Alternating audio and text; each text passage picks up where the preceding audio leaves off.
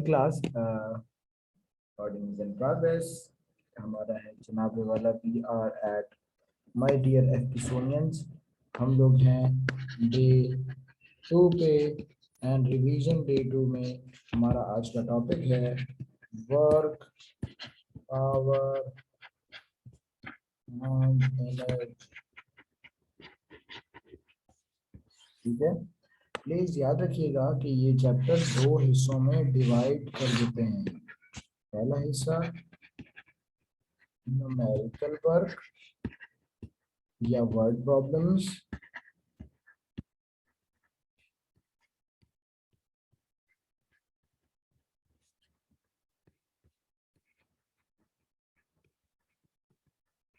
दूसरा हिस्सा theoretical work या रीजनिंग क्वेश्चन।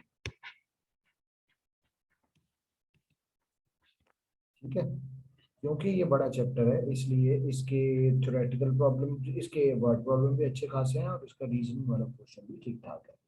तो आइए इसके क्वेश्चन नंबर 1 को डिस्कस करते हैं, दैट इज न्यूमेरिकल प्रॉब्लम्स। और उसके लिए हमें सबसे पहले क्या करना पड़ेगा। अच्छा, पहले मैं आपको ये बता दूं कि ये जो न्यूमेरिकल प्रॉब्लम्स हैं इनमें हम लोग फॉर्मूलाए को देखेंगे कि कौन कौन से फॉर्मूलाए हम लोग यूज करने वाले हैं। ठीक है, इसमें हम स्पेशली फॉर्मूलाए डिस्कस करेंगे और इसमें हम जो है ना वो इस चैप्टर की थ्योरी डिस्कस करेंगे, जिसमें आता है forms of energy, types of energy और sources of energy, renewable, non renewable, blah blah blah, ये सारी बातें। तो आइए शुरू करते हैं वर्क पावर एंड एनर्जी के न्यूमेरिकल वर्क को। न्यूमेरिकल वर्क के लिए मेरे बेटा सबसे पहले तो हम लोग डेफिनेशंस करेंगे, कुछ बेसिक डेफिनेशन है अलॉन्ग विद देयर फॉर्मूला है। तो उन बेसिक डेफिनेशंस को देखते हैं। सबसे पहली डेफिनेशन है मेरे बच्चों वर्क की।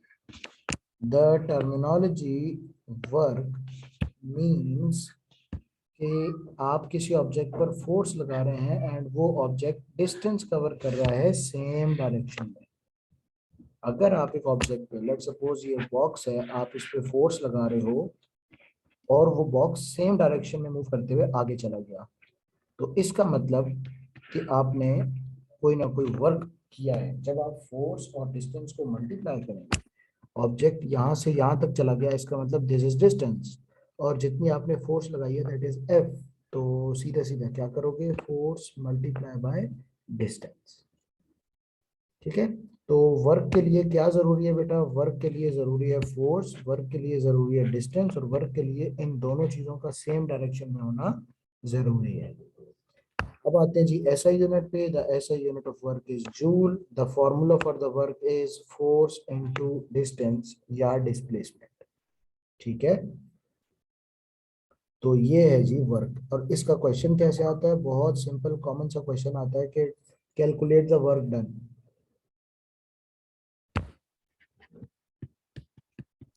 सर अगर टोटल वर्क डन भी हो तब भी सेम ही फॉर्मूला होगा ना? Total work done same formula होगा। और अभी मैं एक बात बता रहा हूँ आपको, वो भी हम लोग याद रख लेते हैं कि work and energy are interconvertible. यानी अगर वो आपको वर्क नहीं देते तो आप उसकी जगह एनर्जी यूज कर सकते हैं, और अगर आपको वो एनर्जी नहीं देते तो आप उसकी जगह वर्क यूज कर सकते हैं। आर अगर इंटर सर पावर अलग होती है ना? पावर अलग होती है, लेकिन वर्क एंड एनर्जी जो है ना, क्योंकि उन दोनों का यूनिट, सॉरी, उन दोनों का यूनिट सेम है, इसलिए वर्क और एनर्जी एक दूसरे की जगह इस्तेमाल हो सकते हैं। आप पास पेपर्स में बहुत सारे क्वेश्चन ऐसे देखोगे जिसमें आप एनर्जी वाले क्वेश्चन में वर्क यूज कर रहे होंगे, तो हम उसको देख लेंगे। ठीक है, तो बेटा work is force into distance. Work is force into distance, और उसका जो है ना वो ये फार्मूला है हमारे पास। SI unit of work is joule. अब आ जाते हैं अगली चीज पे, दैट इज पावर। तो मेरा बेटा पावर क्या चीज होती है, power is work done per unit time.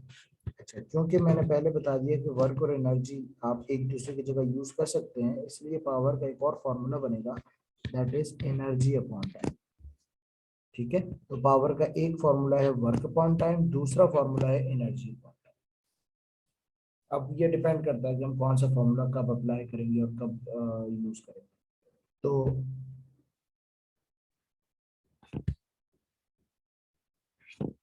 The SI unit, power का जो SI यूनिट है वो है जी वॉट, WATT। SI यूनिट्स हम याद रखेंगे क्योंकि जब भी हम न्यूमेरिकल सॉल्व करते हैं तो उसके साथ यूनिट लिखना बहुत जरूरी होता है, अदरवाइज हमारा नंबर गया। तो मेरा बेटा हम वर्क को समझ चुके हैं, work is force into distance in the same direction, and power is work done upon time या एनर्जी अपॉन टाइम। तो वर्क या एनर्जी को जब हम टाइम से डिवाइड कर लेंगे तो हमें एक नई क्वांटिटी मिल जाएगी विच इज कॉल्ड पावर। तीसरी और आखिरी डेफिनेशन है जी एनर्जी की। एनर्जी क्या चीज है? Energy is ability of doing work, काम करने की जो सलाहियत है, काम करने की जो एबिलिटी है, उस एबिलिटी को हम कहते हैं एनर्जी। और हमें पता है कि एनर्जी होगी तो ही वर्क होगा, इसलिए हम ऊपर कह देते हैं कि वर्क और एनर्जी एक दूसरे की जगह इस्तेमाल हो सकते हैं। क्वेश्चन में आते हैं तो फर्दर डिटेल में बताऊंगा कि मेरे इस बात के करने का मकसद क्या है कि वर्क एंड एनर्जी एक दूसरे की जगह यूज हो सकते हैं।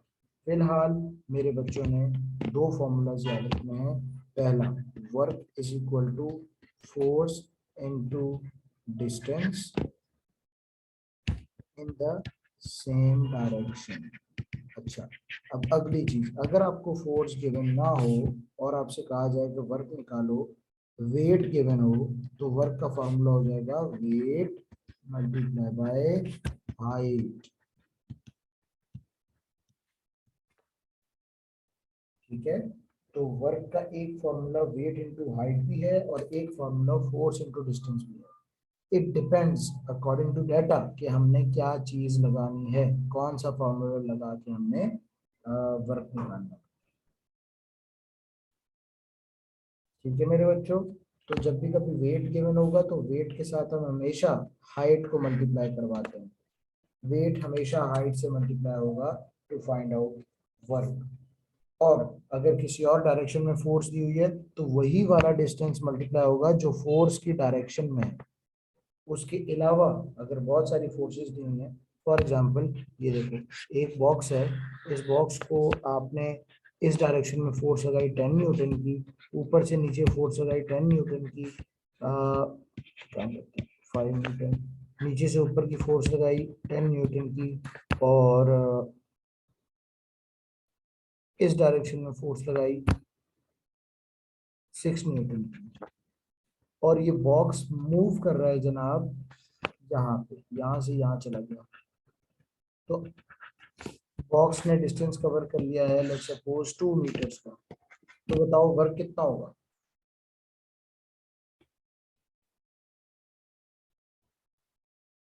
What will be the amount of work in this case? 10 to कितना? 10 जूल। 10 जूल। जरा फोर्सेस जरा गौर से देखो। 22 जूल। 22 जूल कैसे? देखो भाई, क्योंकि डिस्टेंस की डायरेक्शन में ये फोर्स भी है और ये फोर्स भी है, तो the total forces are 6 + 5 that is 11 newton. तो डिस्टेंस की डायरेक्शन में 11 न्यूटन की फोर्स लग रही है। 11 मल्टीप्लाई बाय 2 इज 22 जूल। ठीक है, समझाने सर का अगर मकसद, उन्होंने हाँ इसकी बोलो। जगह पावर दी हुई होती, अगर इसकी जगह पावर दी हुई होती और बोलते वर्क डन, तो फिर क्या करते? अगर पावर दी होती तो टाइम भी दिया होता लाजमी। ठीक है, अब देखो वो फिर डाटा से हर, पहले हम पावर का फॉर्मूला लगाते। जी जी जी, पावर का फॉर्मूला ने कहा कि हम वर्क निकाल लेते हैं, बस फिर इन सारी चीजों की जरूरत ही नहीं थी हमें। नहीं मतलब डायरेक्ट पावर के फॉर्मूले से आंसर आ जाता। हाँ, डायरेक्ट पावर के फॉर्मूले से आंसर आ जाता है, बिल्कुल आ जाता है। ठीक है ना, वो तो हमें, वही तो मैं कह रहा हूँ, वो हमें डाटा बताएगा कि भाई work is equal to force into distance, ये फॉर्मूला लगाना है। Work is equal to weight into height, ये फॉर्मूला लगाना है। या P is equal to W/T, इस फॉर्मूले से वर्क निकालना है। तो इन तीनों में से कौन सा फॉर्मूला लगाना है ये हमें डाटा बताएगा। सही है, बहुत सारे फॉर्मूलाज और भी आएंगे, डिपेंडिंग ऑन डाटा हम कौन सा फॉर्मूला लगाते हैं। सो हमने वर्क निकाल लिया बेटा। वर्क इन दो फॉर्मूला से निकल सकता है। एक टेक्निकल टर्म याद रखिएगा, व्हेनेवर दे आस्क अबाउट कि वर्क अगेंस्ट द ग्रेविटी निकालो, work done against the gravity, जब भी ये टर्म आ जाए तो समझ जाए कि आपने लाजमी वेट और हाइट को मल्टीप्लाई किया, क्योंकि वो पूछ रहा है कि ग्रेविटी के अगेंस्ट, और हमें पता है ग्रेविटी अपवर्ड मूव होती है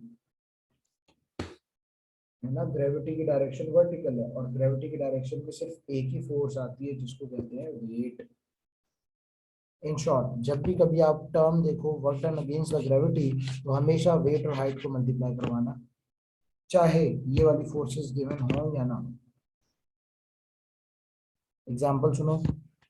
एग्जाम्पल है कि एक इंक्लाइंड सरफेस है, उस पे ये बॉक्स रखा हुआ है, ठीक है। इस बॉक्स का मास है 30 kg, और इस डायरेक्शन में फोर्स लग रही है 20 न्यूटन, और यहाँ से लेकर यहाँ तक डिस्टेंस है 3 मीटर, और इसकी हाइट है 2 मीटर। क्वेश्चन आया कि what is the work done against the gravity.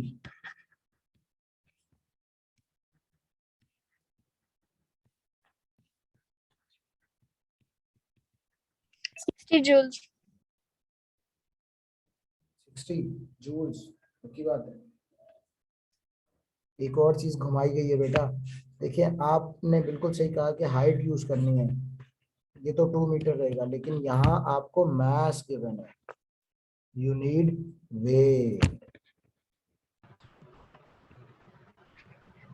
So Sir, 60 होगा। Weight is equal to mg। पहले आपने इस मास को वेट में कन्वर्ट करना है, तो weight is equal to 30 sir multiply by 588। 9.8, यह आया 588 न्यूटन। अब ये 588 2 से मल्टीप्लाई होगा, नहीं सर, फाइनल आंसर 588 है। ओ सॉरी, 30 इंटू 9.8 कितना आ रहा है वैसे, ये बताओ। 294। 294 न्यूटन, और ये 294 यहाँ मल्टीप्लाई होगा। तो मेरा बेटा, आपने एक चीज में ध्यान रखना है कि आपको जब भी केजी दिया हुआ हो, तो वो केजी वेट नहीं है, वो केजी मास है। आपको हमेशा चाहिए होता है न्यूटन, जिसमें आपको मिलेगा वेट। तो यू ऑलवेज नीड वेट है। तो यहाँ 30 किलोग्राम था, किलोग्राम को न्यूटन में कन्वर्ट किया, और फिर आपने 2 से मल्टीप्लाई किया। समझ गए। जी। इस पूरे चैप्टर में हम ये गलती नहीं करेंगे कि मास को वेट और वेट को मास की जगह लिखेंगे, ठीक है। क्योंकि यहाँ पे बहुत जगहों पे मास आएगा, बहुत जगहों पे वेट आएगा, तो मास को वेट में, वेट को मास में कन्वर्ट करना लाजमी आना चाहिए। और उसका फॉर्मूला दोबारा से लिखवा रहा हूँ, W is equal to mg। Weight is equal to mass multiply by gravity, या इसको आप ये कहो, newton is equal to kilogram multiply by 9.8। Kilogram वाली वैल्यू को 9.8 से मल्टीप्लाई करो तो आप न्यूटन वाली वैल्यू में आ जाएंगे। ये भी एक तरीका है बताने का कि सर केजी को न्यूटन में कैसे कन्वर्ट करते हैं। तो बेटा केजी को न्यूटन में ऐसे कन्वर्ट करते हैं। अगर आपको मास एंड वेट की टर्मिनोलॉजी तंग कर रही है, तो कोई मसले वाली बात नहीं है। आपको जहां केजी नजर आए, केजी को न्यूटन में कन्वर्ट करना है, तो सिंपल 9.8 से मल्टीप्लाई कर दो, जान ही छोड़ो। फॉरगेट अबाउट दिस कि ये मास है, ये वेट है ना। समझ गए, जुगाड़ बता दिया मैंने। जहां केजी नजर आएगा वहां क्या करेंगे, मल्टीप्लाई बाय 9.8। मल्टीप्लाई 9.8 करेंगे, तो उससे क्या होगा, केजी न्यूटन में कन्वर्ट हो जाएगा, वेट आएगा। वेट आ जाएगा। ठीक है, ये छोटे छोटे काम सर अगर हाँ वेट बोलो। को मास में कन्वर्ट करना हो फिर अगेन अगेन डिवाइड इसका करेंगे। इसका डिवीजन वाला प्रोसेस करना। कुछ कह रहा है सर, थोड़ा जोर से बोले, आवाज बहुत कम आ रही है। ओके बेटा, ओके, मैं कोशिश करता हूँ कि ज़्यादा जोर से बोलूँ जरा। हाँ,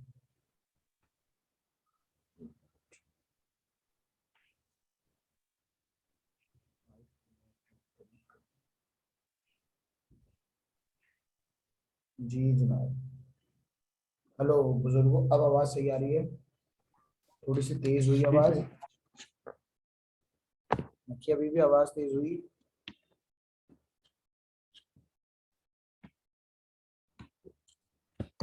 चलो हम एक काम करते हैं कि आपको पता ही है कि सिर्फ पढ़ाना ही पढ़ाना काफी होता है, जब तक हम उसके पास पेपर्स ना करें तब तक मजा नहीं आता। सो ओके फाइन, ठीक है।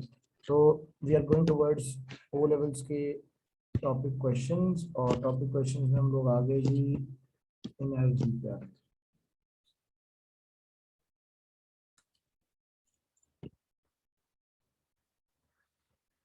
अच्छा एक काम और कर लेते हैं, क्योंकि हम लोगों ने फॉर्मूला वाली साइड डिस्कस की है, तो फॉर्मूला वाली साइड में दो फॉर्मूले और डिस्कस कर लेते हैं। एक पोटेंशियल एनर्जी का, ग्रेविटेशनल पोटेंशियल एनर्जी का, ग्रेविटेशनल पोटेंशियल एनर्जी, जिसको हम कहते हैं जीपीई। जीपीई का फॉर्मूला होता है मेरा बेटा mgh, where m is mass of the object in kilograms, g is gravity, h is height.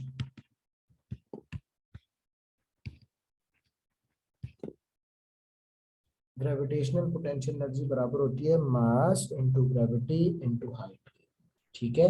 और ये कब स्टोर होती है बॉडी में? ग्रेविटेशनल पोटेंशियल एनर्जी हमेशा बॉडी में उस वक्त आएगी जब बॉडी नीचे से ऊपर जा रही होगी या बॉडी लिफ्ट हो रही होगी। Whenever body is lifting upward या coming downward under the action of gravity, तो हमेशा बॉडी में पोटेंशियल एनर्जी स्टोर होती है। जब भी बॉडी खुद से ऊपर जा रही हो या खुद से नीचे आ रही हो, तो उसमें potential energy is the main reason जिसकी वजह से वो बॉडी मूवमेंट करती है। जैसे आप एक खास हाइट पे ले जाके अगर पेन को ड्रॉप करते हो तो पेन ऑटोमेटिकली नीचे आएगा। पेन नीचे क्यों आ रहा है? पेन इसलिए नीचे आ रहा है कि सर उसमें आपने पोटेंशियल एनर्जी स्टोर कर दी है। और पोटेंशियल एनर्जी किसी भी चीज में कैसे स्टोर होती है? उसकी हाइट बढ़ा के। जैसे जैसे आप किसी चीज को ऊपर लेके जाते हो, ये सरफेस है, आप बॉल को सरफेस पे रखोगे तो ग्रेविटेशनल पोटेंशियल एनर्जी जीरो होगी। लेकिन जैसे ही आप बॉल को इस हाइट पर ले जाओगे, तो इसका मतलब इस हाइट की वजह से बॉल में potential energy, gravitational potential energy store हो गई है। अब जैसे ही आप इस हाइट से बॉल को रिलीज करवाओगे तो ये बॉल नीचे आके गिरेगी। तो ये बॉल नीचे क्यों आ रही है? Because of this energy. तो जब भी कोई चीज ऊपर जाती है उसमें पोटेंशियल एनर्जी स्टोर होती है। कौन सी? Gravitational potential energy. और जब भी कोई बॉडी ऊपर से नीचे आ रही होती है तो उसकी ग्रेविटेशनल पोटेंशियल एनर्जी रिलीज हो रही होती है, कम होगी। मैं आपको लिखवा देता हूँ कि while object is lifting up के केस में gravitational potential energy is storing in the body, body में जमा हो रही है। और बॉडी जब भी मूविंग डाउन है, नीचे आ रही है, तो उसमें ग्रेविटेशनल पोटेंशियल एनर्जी रिलीज हो रही होती है या कन्वर्ट हो रही होती है किसी और फॉर्म में। तो ये है जनाब ग्रेविटेशनल पोटेंशियल एनर्जी का फॉर्मूला, m इंटू जी इंटू एच। उसके अलावा एक आखिरी टाइप की एनर्जी है जिसको हम कहते हैं काइनेटिक एनर्जी। ये के लगेगा और के आजकल बड़ी जो है ना वो फॉर्म में चल रही है, तो हम इसके को शॉर्ट फॉर्म के बजाय काइनेटिक एनर्जी लिख देते हैं ताकि बच्चा जो है ना वो गुस्सा ना करे मुझ पर। जी जनाब, तो काइनेटिक एनर्जी कौन सी एनर्जी होती है? This is the energy possessed by moving object. जब भी कोई ऑब्जेक्ट मूव कर रहा है, हरकत कर रहा है, अपनी ओरिजिनल पोजीशन से पोजीशन चेंज कर रहा है, तो इसका मतलब कि उसमें काइनेटिक एनर्जी मौजूद है। और काइनेटिक एनर्जी का फॉर्मूला है 1/2 मास इनटू वेलोसिटी का square, where m is mass of the object, v is speed of the object in meter per second। ठीक है, m क्या चीज है? मास, और स्पीड है जी v। और याद रखिएगा v पर स्क्वायर भी आता है फॉर्मूले की वजह से। तो हर मूविंग ऑब्जेक्ट्स में काइनेटिक एनर्जी होती है, और हर उस ऑब्जेक्ट में जो जमीन से हाइट पर है उसमें ग्रेविटेशनल पोटेंशियल एनर्जी होती है। ठीक है जी, ये कुछ चार फॉर्मूला हैं जिनको अगर हम लिस्ट डाउन करें तो ये बनते हैं। देखो, पहला formula W is equal to F D, और W is equal to weight into height, W is equal to weight into height. ये है वर्क के दोनों फॉर्मूले। फिर इसके बाद आता है जी power is equal to work done upon time, या power is equal to energy upon time. अच्छा, अब तुम लोग के जहन में ये सवाल आना चाहिए कि सर यहाँ पे कौन सी एनर्जी यूज कर सकते हैं। तो यहाँ पे अगर डाटा में कहा गया है पोटेंशियल एनर्जी, तो इस फार्मूला में पोटेंशियल एनर्जी की फार्मूला यूज कर लो, mgh। और अगर यहाँ कहा गया है काइनेटिक एनर्जी, तो इसी पावर के फार्मूला में आप एनर्जी काइनेटिक वाले फार्मूला से निकाल सकते हो। तो यहाँ पे कोई भी एनर्जी हो सकती है, हीट एनर्जी भी हो सकती है। सर आप रिपीट कर सकते हैं, अभी आवाज कट रही थी। हाँ, मैं ये कह रहा हूँ कि एक फॉर्मूला ये हो गया work is equal to force into distance, दूसरा फॉर्मूला हो गया work is equal to weight into height, तीसरा फॉर्मूला हो गया power is equal to work done upon time. और अगर आपको वर्क डन गिवन नहीं है तो आप power is equal to energy upon time use कर सकते हैं। यहाँ पे ये जो एनर्जी है ये कौन सी एनर्जी होगी, this can be any type of energy.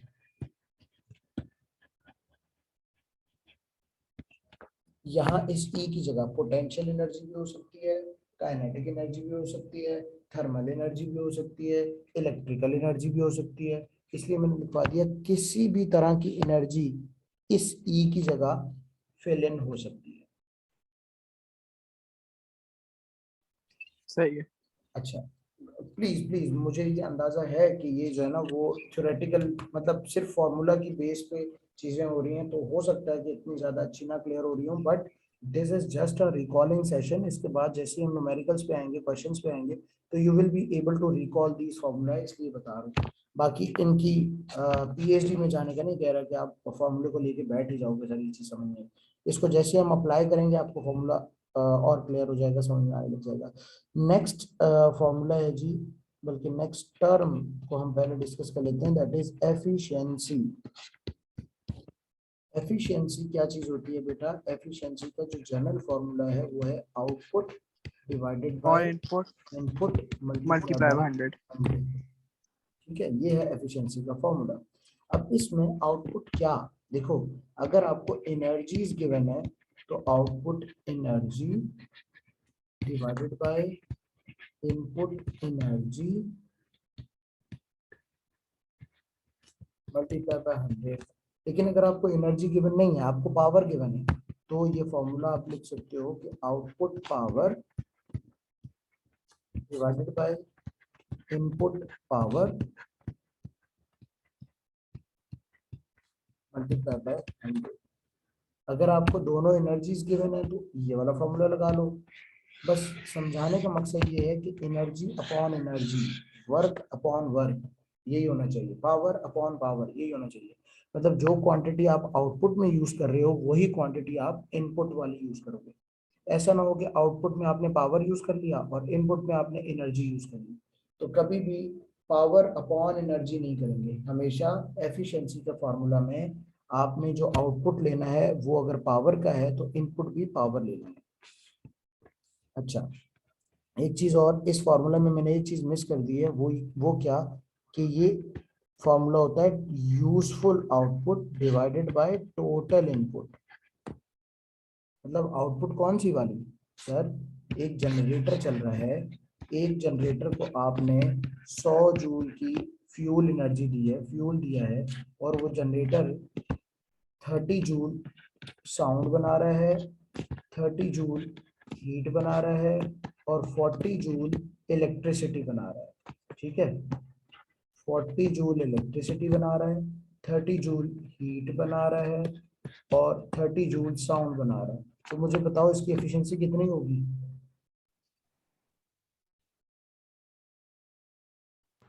100। इसकी एफिशिएंसी 100 कैसी होनी चाहिए भाई? इसलिए मैंने कहा कि आपके पास जो फार्मूला है वो है यूजफुल आउटपुट। देखो, जनरेटर को हम किसके लिए चलाते हैं? साउंड के लिए? नहीं। हीट के लिए? सर आंसर 40 नहीं। आएगा। सुन तो लो, पहले सुनते हैं, सुनो। जब भी हम जनरेटर चलाते हैं तो हम जनरेटर क्यों चलाते हैं? सर हम जनरेटर चलाते हैं इलेक्ट्रिकल एनर्जी के लिए। तो इसलिए ये जो हमारा 40 जूल है, this is useful power, useful energy divided by 100 total energy. तो अकॉर्डिंग टू आवर डेफिनेशन, जो हमने आउटपुट यूज करना है वो आउटपुट यूजफुल वाला यूज करेंगे, और जो इनपुट यूज करना है वो इनपुट टोटल वाला यूज करेंगे। Useful output divided by total input. तो टोटल इनपुट हमने दिया 100 जूल का, और हमारे पास तीन आउटपुट बने हैं, एक 30 joule sound, 30 joule heat, 40 joule electrical energy. Efficiency निकालनी है तो 30 वाला साउंड हम यूज नहीं करेंगे, क्योंकि साउंड हमारे लिए यूजफुल एनर्जी नहीं है इन केस ऑफ जनरेटर, और हीट एनर्जी में हमारे लिए यूजफुल नहीं है जनरेटर की। जनरेटर की सिर्फ कौन सी एनर्जी यूजफुल है? जनरेटर की सिर्फ इलेक्ट्रिकल इलेक्ट्रिकल। एनर्जी यूजफुल है। तो इसलिए हम लोग useful output that is 40 divided by 100 multiply by 100 करें, तो आपके पास आंसर आएगा 40%।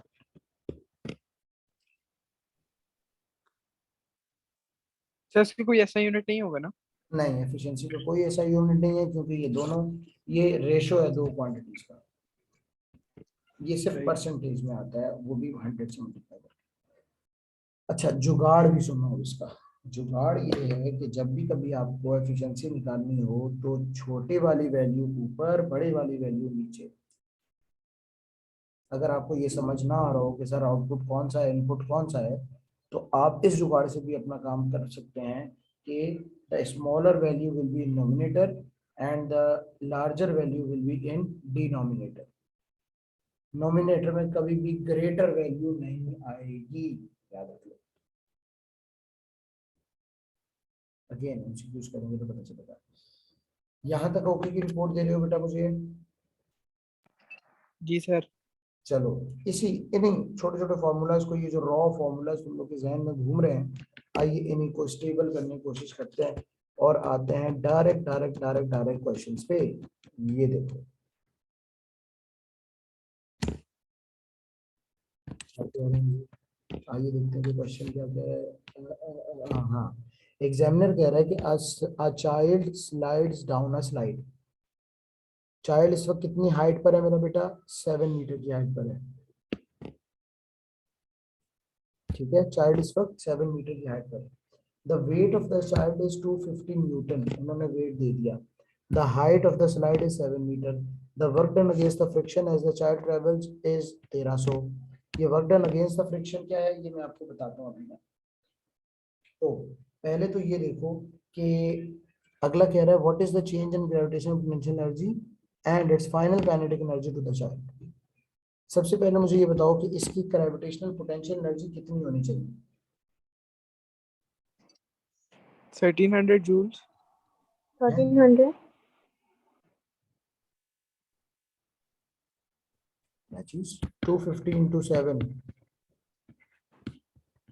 कितना आ रहा है?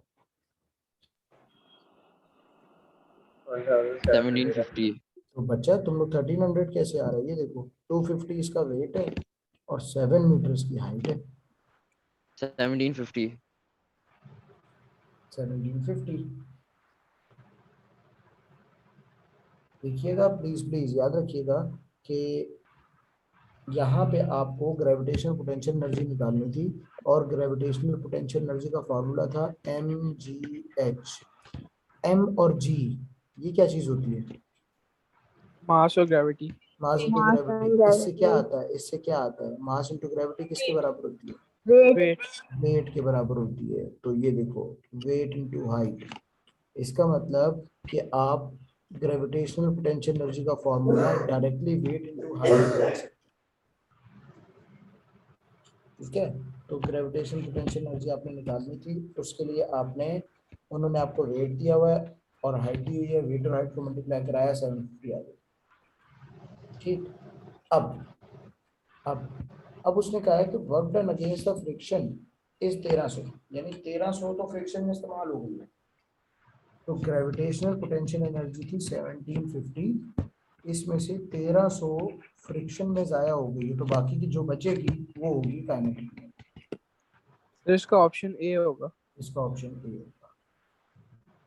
तो इससे एक फॉर्मूला याद रख लो बेटा, इससे एक फॉर्मूला याद रख लो कि potential energy, gravitational potential energy minus friction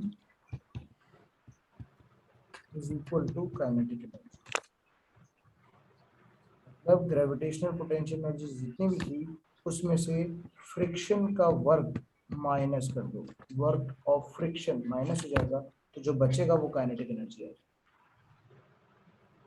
ये जरा थोड़ा सा टिपिकल, थोड़ा सा चैलेंजिंग क्वेश्चन था। प्लीज मैं आपको जरा सा आसान चीजों से लेकर चलता हूँ ताकि आप लोग थोड़ा अच्छा अच्छा फील करें। Question number 4।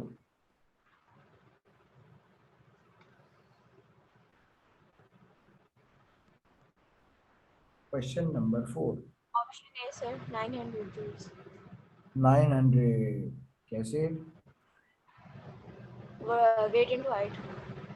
Wait into height. अच्छा, वेट का है? A, sir, sir C answer है। 300 ना? 300 अल्लाह के फजलो करम से, माँ की दुआओं से ये वेट नहीं है। 300 is the upward pushing force. तो अगर सुनो सुनो सुनो, अगर आप फोर्स ये वाली यूज कर रहे हैं इस डायरेक्शन में, तो डिस्टेंस भी ये वाला यूज करेंगे, है ना? 1500. 1500। बात समझ आई? हमने सर ये तो मास दिया हुआ है ना, 300 न्यूटन। 300 न्यूटन क्या दिया हुआ है? सॉरी, वेट दिया हुआ है ना। वेट नहीं दिया हुआ बेटा, डायरेक्शन तो चेक करो। ये अब वेट की डायरेक्शन हमेशा यहाँ होती है, यहाँ डाउनवर्ड। तो सर ये यहाँ पे वेट, फिर हम वेट क्या लेंगे? ये वेट नहीं है, उन्होंने दिया ही नहीं ना वेट। उन्होंने आपको वेट के झमेले में डाले ही नहीं। उन्होंने सिंपल आपको कहा है कि how much work is done. अब गौर से देखो, by the force when it moving X to Y, वो कह रहे हैं इस फोर्स की वजह से जो वर्क डन हुआ है वो कैलकुलेट करके बताओ।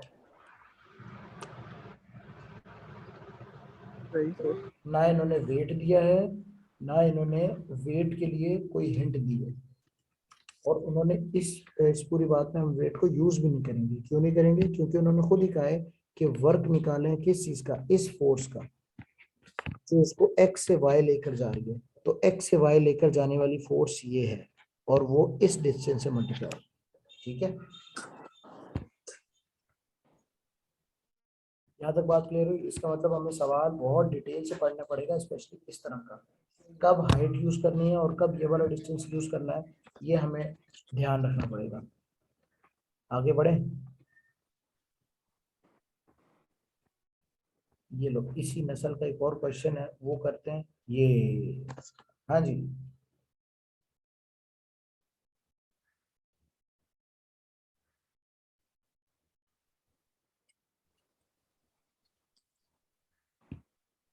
अच्छा मेरे पास सिर्फ 1 मिनट रह गया, एक काम करते हैं हम इसको एंड करके दोबारा से आ रहे हैं, ठीक है?